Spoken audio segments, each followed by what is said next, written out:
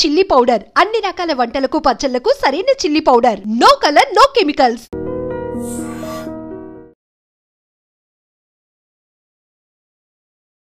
నమస్కారం, welcome to I dream. Dharma Margam with Vijitha కార్యక్రమానికి స్వాగతం.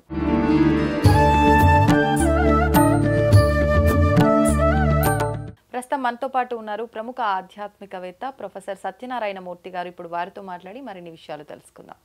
నమస్కారం అండి. నమస్కారం విజిత. బ్రహ్మం గారి కాలజ్ఞానంలో ఉన్నట్టుగానే ప్రతి ఒక్కటి కూడా ఇప్పుడు మనకు జరుగుతున్నాయి అని చెప్పి, అది మంచైనా చెడైనా కూడా ప్రతి ఒక్కటి అలాగే జరుగుతుందని చెప్పి మనం మాట్లాడుకుంటూ ఉంటాం. అయితే ఈ మధ్య కాలంలో మనం గత జల ప్రళయాలు జరిగినాయి క్రిందటి సంవత్సరం అంతా కూడా. ఆ జల ప్రళయాల నుంచి మొదలు పెడితే మనకు ఉగాది తర్వాత కూడా మళ్ళీ అగ్ని ప్రమాదాలు అని చెప్పి రకరకాలుగా మనం వింటూ ఉన్నాము. వైరస్లు రాబోతున్నాయి అని చెప్పి వచ్చాయి ఆల్రెడీ. వచ్చినా కూడా మళ్ళీ అంత ప్రమాదకరం కాదు అని అనుకున్నాము, ప్రమాదం సంభవిస్తుంది అనుకున్నాము, అన్నట్టుగానే అన్నీ జరుగుతున్నాయి.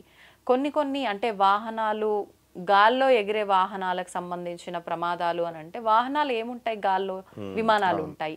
అటువంటి వాటి గురించి కూడా మాట్లాడుకోవడం జరిగింది గతంలో. ఇప్పుడు మనం ఈ మధ్య కాలంలో కనుక చూస్తే విమాన ప్రమాదాలు కూడా జరిగినవి. మరి ఇలా ఇంకా అసలు ఏమున్నాయి కాలజ్ఞానంలో, వాటి గురించి తెలియజేయండి. తప్పకుండా. పోతులూరు వీరబ్రహ్మేంద్ర స్వామి వారు సాక్షాత్తు విష్ణుమూర్తి. ఆయన విష్ణువు వీరబ్రహ్మేంద్ర స్వామి వారిగా పుట్టారు. సిద్ధయ్య శివుడుగా సిద్ధయ్య పుట్టాడు. కాలజ్ఞానం అంతా రాసి కొన్ని మాత్రమే ఉంచి మిగతావంతా కూడా బరీ చేసేసారు, కప్పెట్టేశారు చింత చెట్టు కింద. తెలియకూడదు కదా, మొత్తం దుర్వినియోగం చేస్తారన్న ఉద్దేశంలో.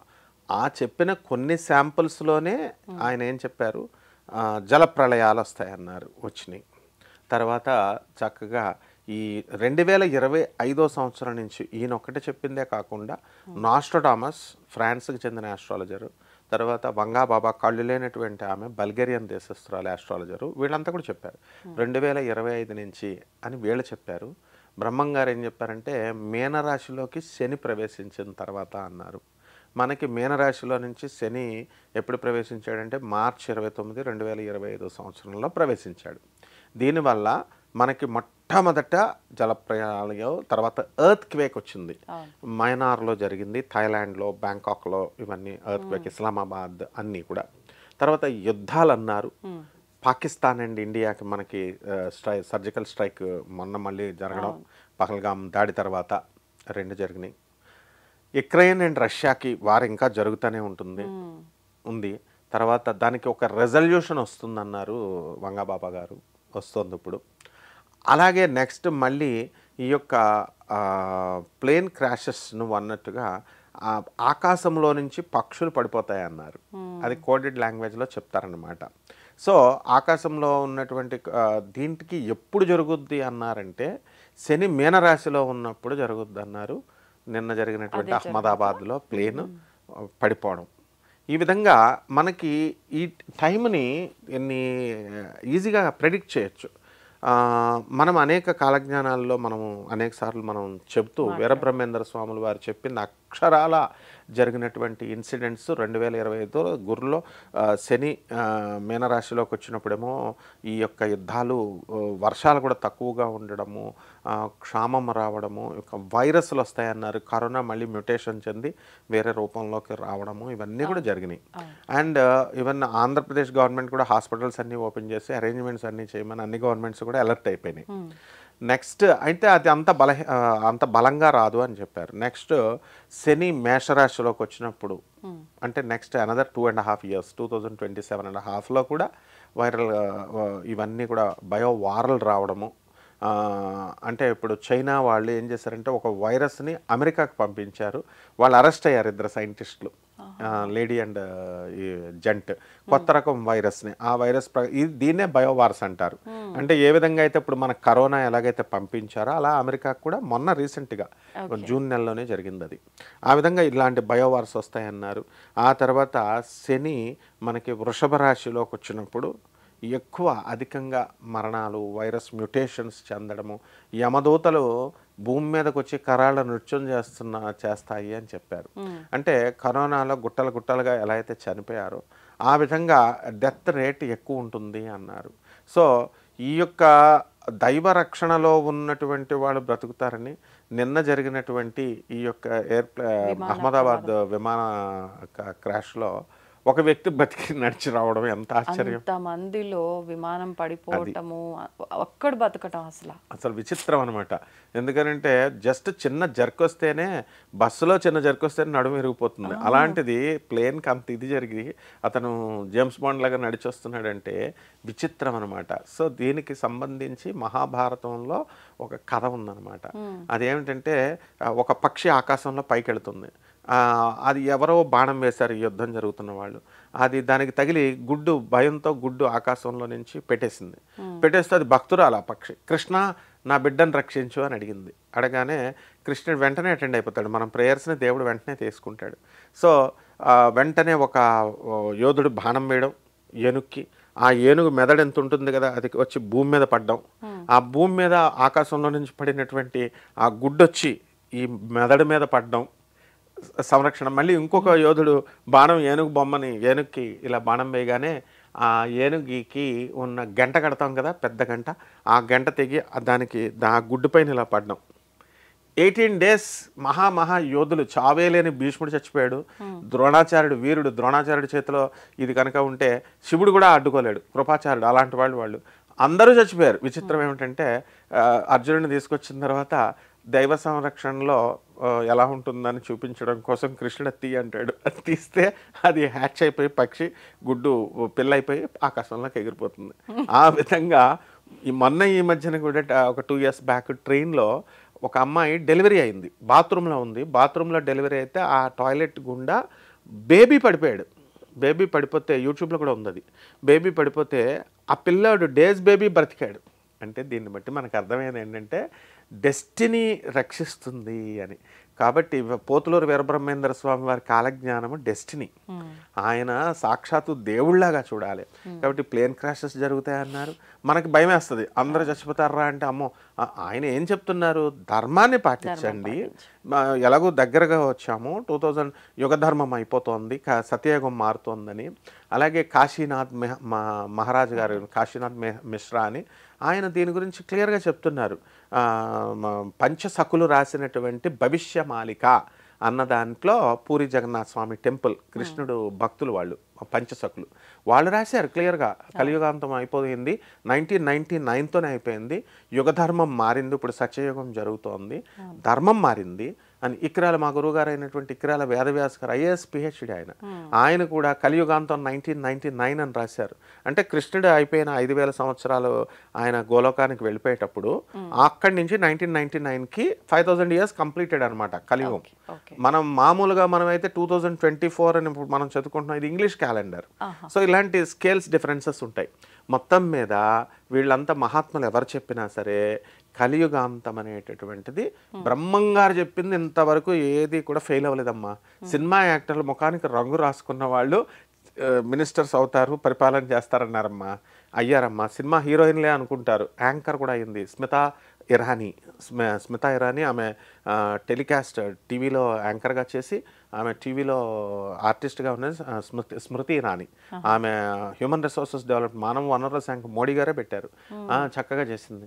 ఎన్టీ రామారావు గారు, రొనాల్డ్ రీగన్, జయలలిత గారు, సో వీళ్ళందరూ చేశారు. సూపర్ స్టార్ కృష్ణరాజు వీళ్ళంతా. మరి ఇప్పుడు ఇంకా ఇలాంటివి ఇంకా రాబోయే ఏమైనా జరుగుతాయి?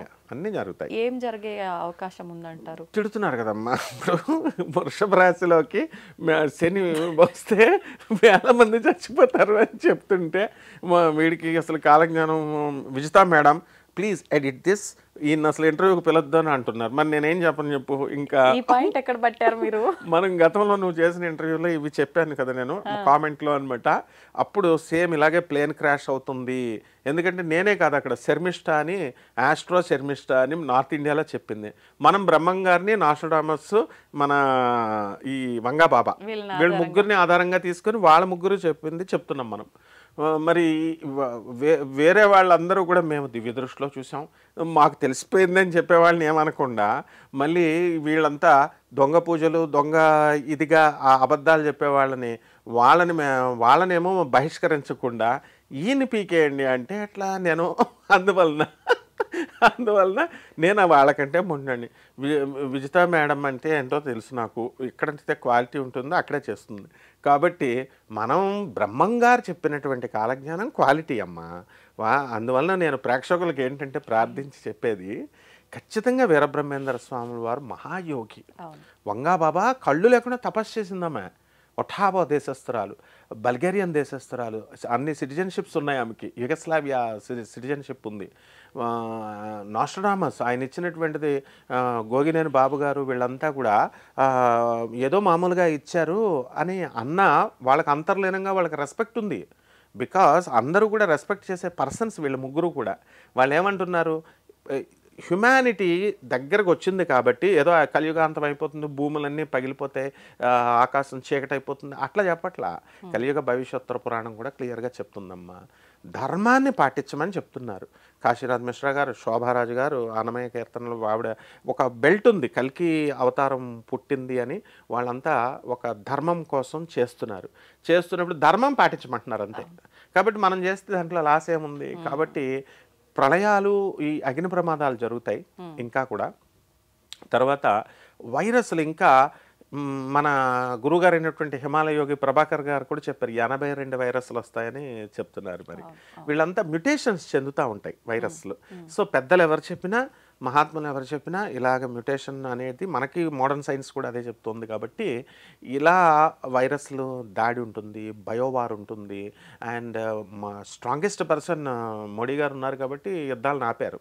కానీ మరి ఫ్యూచర్లో యుద్ధాలు తప్పకుండా యూరోపియన్ దేశము అదే మెయిన్ అంట. యూరోపియన్ కంట్రీ వల్లే మనకి థర్డ్ వరల్డ్ వార్ వస్తుంది అన్నారు.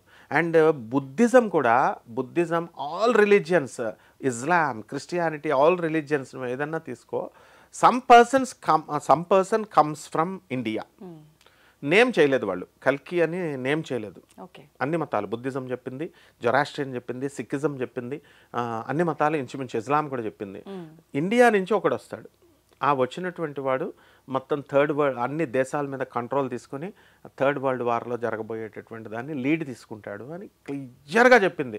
ఏ మతమైనా సరే చెప్పలేదంటే నన్ను చెప్పమను, కంపల్సరీ భారతదేశమే లీడ్ అవుతుంది. ఇప్పుడు ఏంటంటే చైనా డ్రాగన్ దేశం అంటాము, అమెరికా మనతో ఫ్రెండ్లీగా ఉన్నట్టు నటిస్తుంది కానీ మనకి శత్రు దేశం అది. ఇప్పుడు మనం టెక్నాలజీ పరంగా ఎదిగిపోయాం, మనం వరల్డ్ థర్డ్ సూపర్ స్టార్ అయిపోయాం. రష్యా మన మిత్ర దేశము. సో వీళ్ళ టర్కీ దొంగ దేశము. వీళ్ళంతా టెస్టులు చేసుకోవడానికి మనం పనికొచ్చినాయి అనమాట. వీళ్ళంతా మనల్ని ఏం చేయలేక భారతదేశ ఆర్థిక వ్యవస్థను కనుక మనల్ని దెబ్బతీసేస్తే మనం ఇంకా వెనక్కి వెళ్ళిపోతామని ట్రై చేస్తున్నారు. కాబట్టి మనం ఆ ఛాన్స్ మనం ఇవ్వట్లా. అండ్ 2043కి మనం సూపర్ స్టార్ అవుతున్నాం, సూపర్ పవర్ అయిపోతున్నాం మనం. కాబట్టి ఈ అడ్వాన్స్మెంట్స్ని చూసి మనం గర్వపడాలి. ధర్మంగా, భారతదేశం అంటే ధర్మం, మనం ధర్మాన్ని పాటిస్తే పోతులూరు వీరబ్రహ్మేంద్ర స్వామి వారు చెప్పినట్టు ఆ విమానంలో 200 మంది పైగా చనిపోయిన ఒకే ఒక్కడు భారతీయుడిలాగా ఎలా అయితే బతికి బయటకు వచ్చాడో ఆ విధంగా మనము ఇంత ప్రపంచంలో అంతగా అల్లకల్లోలం అయిపోయి కలియుగాంతం వచ్చిన వాళ్ళు చెప్తున్నారుగా క్లియర్గా, మనం బ్రతుకుతాము ఎవరైతే ధర్మము గోవింద, అచ్యుత, కేశవ, శివ అని ఇలా చెప్పేటటువంటి వాళ్ళు, పేదలకి హెల్ప్ చేసేటటువంటి వాళ్ళు, అనాథలకి, వికలాంగులకి, సాధువులకి హెల్ప్ చేసేటటువంటి వాళ్ళు బ్రతుకుతారని చెప్తున్నారు క్లియర్గా. అంతేగాని అందరూ చనిపోతారని చెప్పట్లా. కాబట్టి వీరబ్రహ్మేంద్ర స్వామి వారు ఈ ప్లేన్ క్రాషెస్ గురించి కూడా పక్షులు పడిపోతాయని చెప్పారనమాట. అందులో భాగంగా జరిగింది. అండ్ ఇంకా వండర్స్ మనం అబ్జర్వ్ చేస్తామమ్మా. ధన్యవాదాలమ్మా. తవ్వండి, తవ్వుతూనే శివలింగం సరే దాన్ని అట్లా కప్పేసేయండి, చూపించదండి. Krishna is there. మూర్తి పూజ కాదు, సాక్షాత్ బ్రజేంద్ర నందన భగవాన్ ఉన్నారు మూర్తిలో. ఏమీ ఆశించకుండా ఆరాధించే వాళ్ళు కూడా ఉన్నారా ప్రభుజీ? నిజమైన భక్తి అంటే మనకు తెలియదు కాబట్టి